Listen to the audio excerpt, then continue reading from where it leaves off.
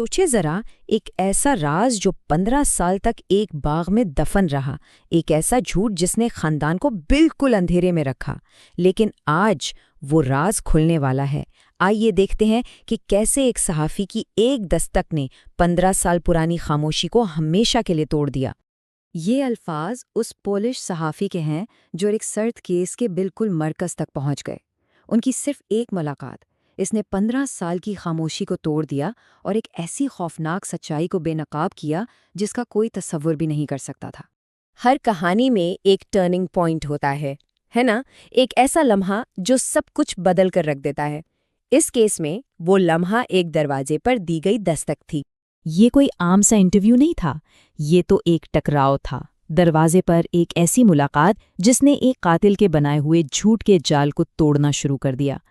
15 साल की खामोशी का खात्मा इसी दहलीज पर शुरू हुआ। यहाँ देखें, एक वाज़ेह तज़ाद था। एक तरफ ऐना के अल्फाज कह रहे थे कि उसे कुछ नहीं मालूम, लेकिन दूसरी तरफ उसका घबराया हुआ चेहरा एक बिल्कुल मुख्तलिफ कहानी सुना रहा था। सहाफ़ी राफेल ज़ालियोस्की ने फ़ौरन भांप लिया कि यहाँ कुछ बहुत गड़बड़ है।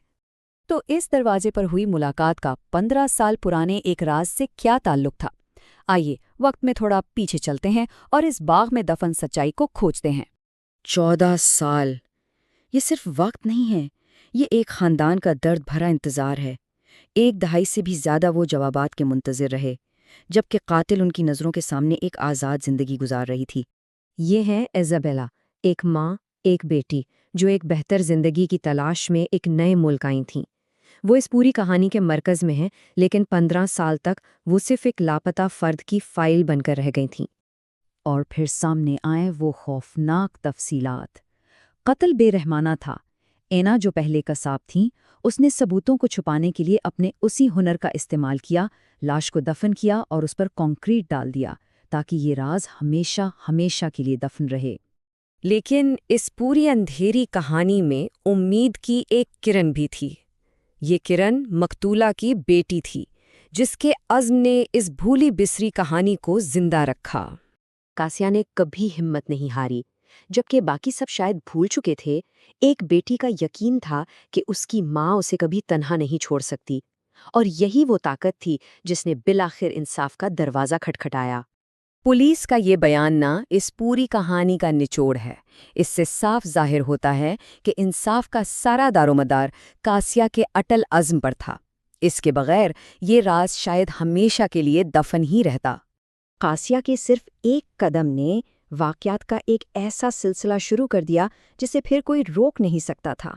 एक तंजीम, फिर एक सहाफ़ी और आखिरकार कातिल का दरवाज़ा।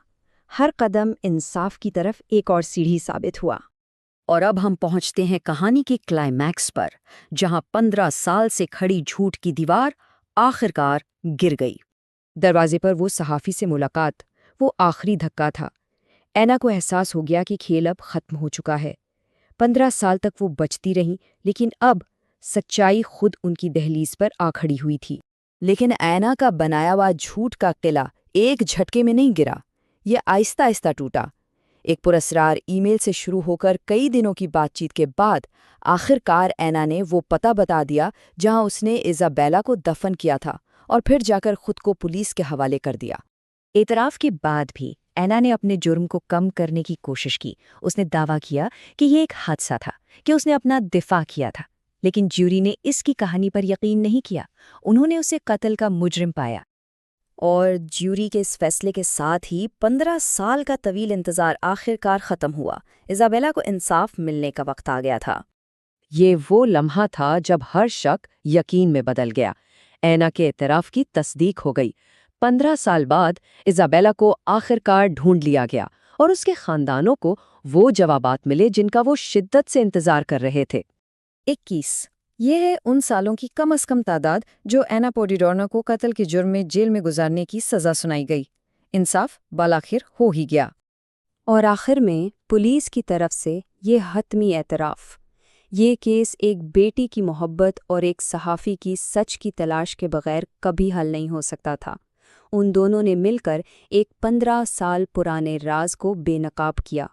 تو یہ کہانی ہمیں سوچنے پر مجبور کرتی ہے، ایسے کتنے ہی راز ہیں جو ہماری نظروں سے بالکل نیچے دفن ہیں اور صرف ایک پرعزم شخص کے منتظر ہیں۔ یہ ہمیں یاد دلاتی ہے کہ بعض اوقات سچائی کو سامنے لانے کے لیے صرف ایک ایسی آواز کی ضرورت ہوتی ہے جو ہار ماننے سے انکار کر دے۔